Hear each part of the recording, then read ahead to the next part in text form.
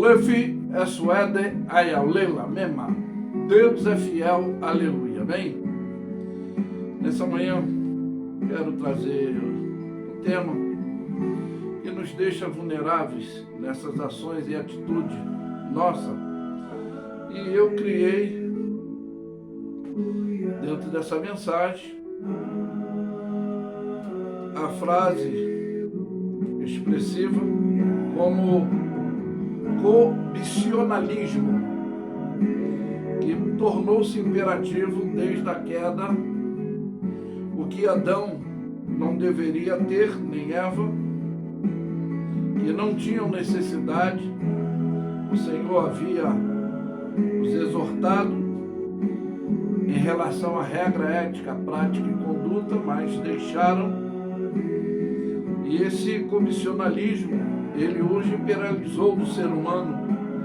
E é disso que nós queremos falar, como está em Êxodo 20, 17, que o Senhor deixa bem claro: não devemos cobiçar a casa do nosso próximo, tudo que ele possui em geral, mas infelizmente é o que nós vamos tratar desse tema, como que é essa ambição, é a cobiça desse desejo forte de poder, como de riquezas, de honras, glórias. Essa cupidez da cobiça é o anseio veemente na vida do ser humano de alcançar determinados objetivos, obter como sucesso a pretensão aspirada desse apego, desse apetite, vamos colocar assim, a avidez dessa sede, né? Incontroláveis às vezes, e não consegue ele pensar racionalizadamente, pois esse é o desejo desmedido às vezes da obstenção, que é a ganância. E desse poder exacerbado, desse descontrole da cobiça, conforme eu falei, ambicionante, e esse cobicionalismo tem, às vezes, ciúmes, o apego da ganância e o apetite desse desejo egoísta, o dinamismo desse comportamento é exagerado. Por quê?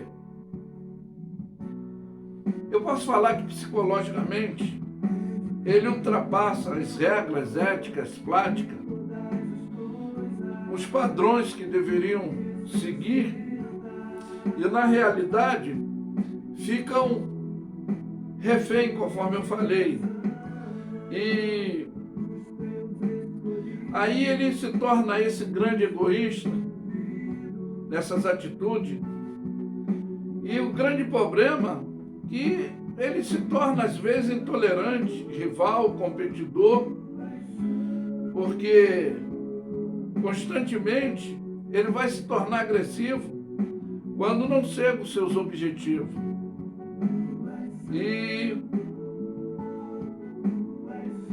esse exacerbado poder de superioridade a outros, de ter o seu objetivo, é diferente de ter projeto. Por que eu digo isso? O projeto é fazer, às vezes, que são as nossas atitudes equilibradas, calculadas, pensadas, e não descontrolada, como tem essa ganância, também nesse sentido espiritual, que eu posso falar que é descontrole comportamental, que a Bíblia nos diz que são espíritos opressores, e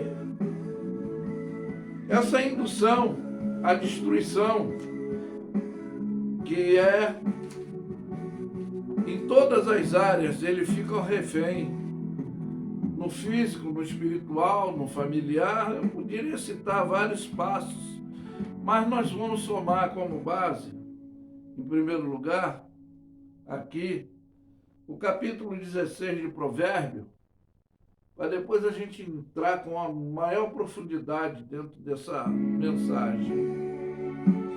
Aí vai dizer aqui, Provérbios 16, 1 em diante: do homem são as preparações do coração, mas do Senhor a resposta da boca.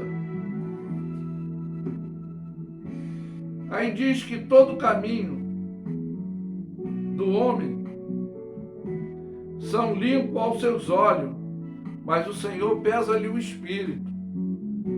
Eu chamo de agente policiador, que é a reflexologia que às vezes devemos fazer, não fazemos, só quando acontecem coisas de ruim que paramos para pensar. E às vezes não dá tempo de consertar. Bom, mas a advertência é: confia no Senhor, as suas obras, os teus pensamentos serão estabelecidos. É dentro disso que eu estava falando, desse comportamento. O Senhor fez todas as coisas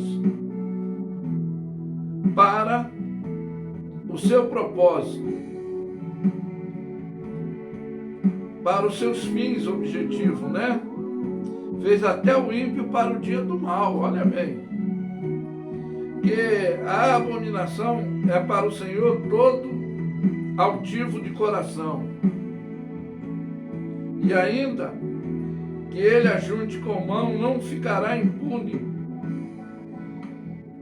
Tá? Por que eu digo tudo isso? A palavra de Deus diz que pela misericórdia, pela verdade, purifica a iniquidade. E pelo temor do Senhor, os homens, eles se desviam do mal. Mas sendo o caminho do homem agradável ao Senhor, até os seus inimigos faz com que ele tenha paz, tenha harmonia. Porque é melhor o pouco com justiça do que a abundância da colheita com injustiça, que é a corruptividade dessa ganância imperativa. E é o que nós já listramos dentro desses exemplos degrinivos das ações humanas. Mas o coração do homem considera o seu caminho, mas o Senhor é que dirige os passos. Por mais que a gente projete, cobice, gananceia, faça toda a nossa macumunação para alcançar os objetivos, não que estejamos no controle e no domínio, até porque todos teremos que comparecer ao tribunal de Cristo. Então ele está no controle de tudo, não adianta. Aí eu posso dizer que, como diz aqui, quanto melhor é adquirir a sabedoria do que o ouro, e quanto mais excelente adquirir a prudência do que a prata. Que o alto caminho do reto é se desviar do mal, é o que guarda o seu caminho e preserva a sua alma. Conforme eu falei, que é tudo que o homem planta, ele colhe. Naquele dia teremos que prestar conta diante do Senhor. Melhor é ser humilde de espírito, tá? Com os mansos, do que repartir os despojos com os soberbos. É o que é a prudência que deveríamos ter, como diz: o que atenta prudentemente para a palavra do Senhor achará o bem, e o que confia no Senhor será bem-aventurado, ou seja, mais do que feliz. porque o sábio de coração são chamados prudentes. É a doçura dos lábios que aumenta o ensino. O entendimento para aqueles que possuem é uma fonte de vida. Mas a instrução do tolo é estultícia, é malignidade, é competitividade. Porque o coração do sábio instrui a boca e acrescenta doutrina aos seus lábios. É o que Jesus ensina: tardio no falar, rápido no pensar, prudente como a serpente, simples como a pomba. Por quê? Há caminhos que para o homem parecem direito, mas o final deles são caminhos de morte. Que o homem vão cava o mal. Aos seus lábios ele acha como se fosse um fogo ardente. E o homem perverso levanta a contenda, e ele é difamador, separa os maiores amigos. É o que eu falei, a competitividade, a rivalidade das cobiças, dos interesses, traz toda essa condição aí que diz que o homem violento persuade o companheiro a guiar por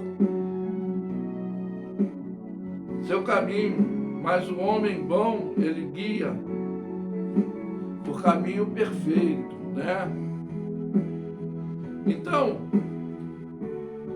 tem uma história dentro dessa questão que nós sabemos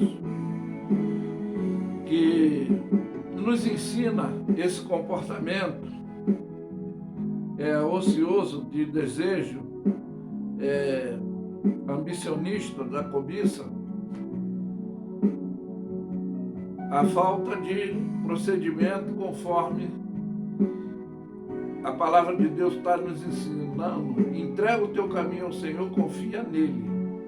E às vezes a gente confia nas nossas próprias condições, ações e atitudes. Aí aqui no capítulo 12 do Evangelho de Lucas tem uma passagem que já é conhecida. E diz que é a parábola do rico insensato. Mas por quê? Aí descreve que o homem, ele não tem que confiar em si mesmo, nas suas condições. Mas diz aqui: e disse-lhe um da multidão: mestre, dize-me ao meu irmão para que reparta comigo a sua herança. Cobiça no que é de outro. Mas disse-lhe Jesus: homem, quem me pôs por juiz e repartidor entre vós? Então, já foi a repreensão de Jesus. Aí disse: acautelai-vos, ou seja, calma, presta atenção, guardai-vos da avareza, porque a vida de qualquer pessoa não consiste na abundância do que possui. Tá? A nossa vida não consiste nisso. Aí ele explica nessa parábola, que é o ensinamento, que a herdade de um homem rico tinha produzido com abundância, e arrazoava, se indagava, se questionava. Ele consigo mesmo, e dizendo: o que farei? Não tenho aonde recolher os frutos. E disse ele: farei isso, derribarei os meus celeiros, edificarei outros celeiros maiores, e ali recolherei todas as minhas novidades dos meus bens. Era a projeção dele. E direi à minha alma: alma, tens em depósito muitos bens para muitos anos. Descansa, come, bebe e folga. Mas Deus lhe disse: louco, esta noite te pedirão a tua alma. O que tens preparado? Para quem será? Assim é aquele que para si ajunta tesouro e não é rico para com Deus. A riqueza com Deus não é bem material, é a obediência à sua palavra. É o que ele diz: o que obedece à sua palavra come do melhor dessa terra. Mas tem cura. Então o esclarecimento para essa cura, esse ensino que devemos resistir a essas paixões que traz essa falibilidade de projetos humanos, porque o Senhor, Ele tem designado, tem determinado um tempo para todas as coisas. Como é isso? O capítulo 4 de Tiago, para a gente começar a fazer o encerramento dessa mensagem, devemos resistir às paixões, que nós somos tentados pela nossa própria concupiscência. E de onde vêm as guerras, as pelejas entre vós? Porventura não vem disto, a saber do vosso deleite, que nos vossos membros guerreiam essa cobiça interna, essa ansiedade. E a cobiça é o que está dizendo que faz essa guerra interior psicologicamente desestabilizar a racionalidade do comportamento. Aí, cobiçais e nada tens. Sois invejosos, cobiçosos e não podeis alcançar. Combateis e guerreeis e nada tendes. Por quê? Não pedi. Pedi e não recebi, porque pediste mal, para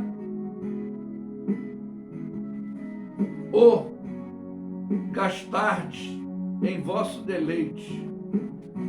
Futilidade, né? Adúlteros, adúlteras, não sabeis vós que a amizade do mundo é inimizade contra Deus, porquanto qualquer que quiser ser amigo do mundo constitui-se inimigo de Deus. Ou cuidais vós que em vão, diz as Escrituras, o Espírito que em nós habita tem ciúme. Ou seja, Deus requer o melhor. O ciúme que ele está dizendo, que pode achar que Deus, quando está reprimindo isso, está repreendendo essas ações negativas nossas, seria ciúme da parte de Deus. Não. A gente sempre fala de fruto do Espírito. Eu sempre prismo o dom de discernimento.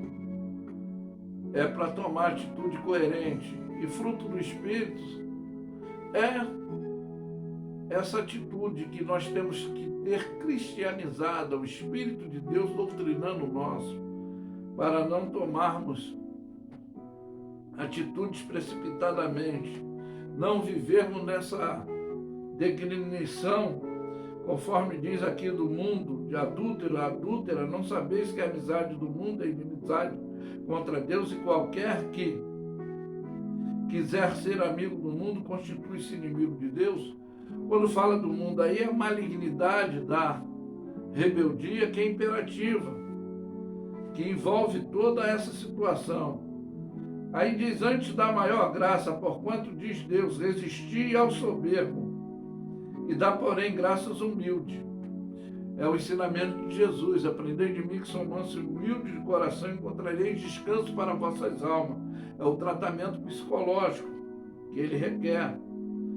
Aí ele diz: chegai-vos, pois, a Deus, ele chegará, vós oito. Limpai vossas mãos, pecador, a voz de duplo ânimo, purificai o vosso coração.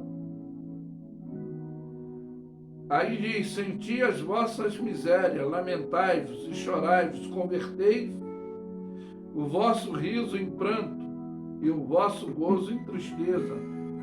Porque devemos nos humilhar perante o Senhor, para que ao seu tempo ele nos exalta. Então, a conversão de limpar a mão é deixar essa malignitude não dominar mais as nossas ações, não ser mais de duplo ânimo, no momento pensar purificadamente, no outro tempo estar maliciosamente agindo, mas converter essa alegria no pranto, em choro, humilhados perante as potentes mãos do Senhor, que ao seu tempo Ele vos exalta. E é esse gozo que nós temos que ter, tendo o prazer de se humilhar diante de Deus. Foi o que Jó, ele fez quando reconheceu a sua arrogância, a sua soberba. Ele diz: bem sei eu que tudo podes, nenhum dos teus pensamentos pode ser impedido. Quem é aquele que quer falar, quer tomar atitude de coisas que ele não tem compreensão, né? Então aqui a orientação é: irmãos, não faleis mal um dos outros. Quem fala mal do teu irmão e julga o seu irmão, fala mal da lei e julga a lei.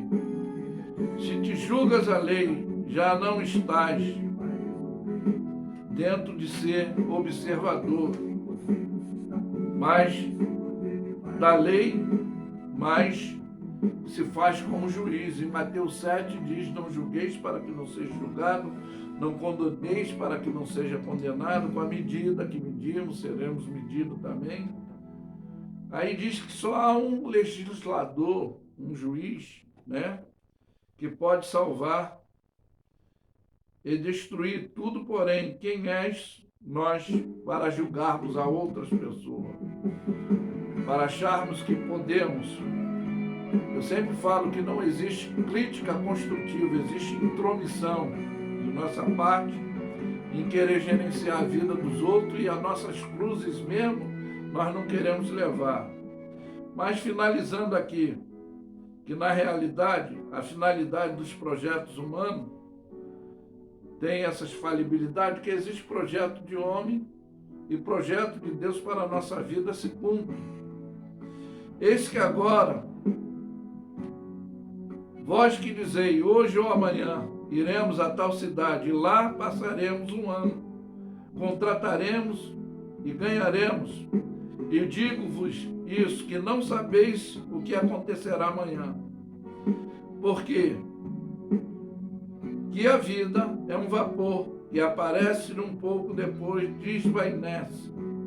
Em lugar de haver de dizer: se o Senhor quiser, viveremos e faremos isto ou aquilo.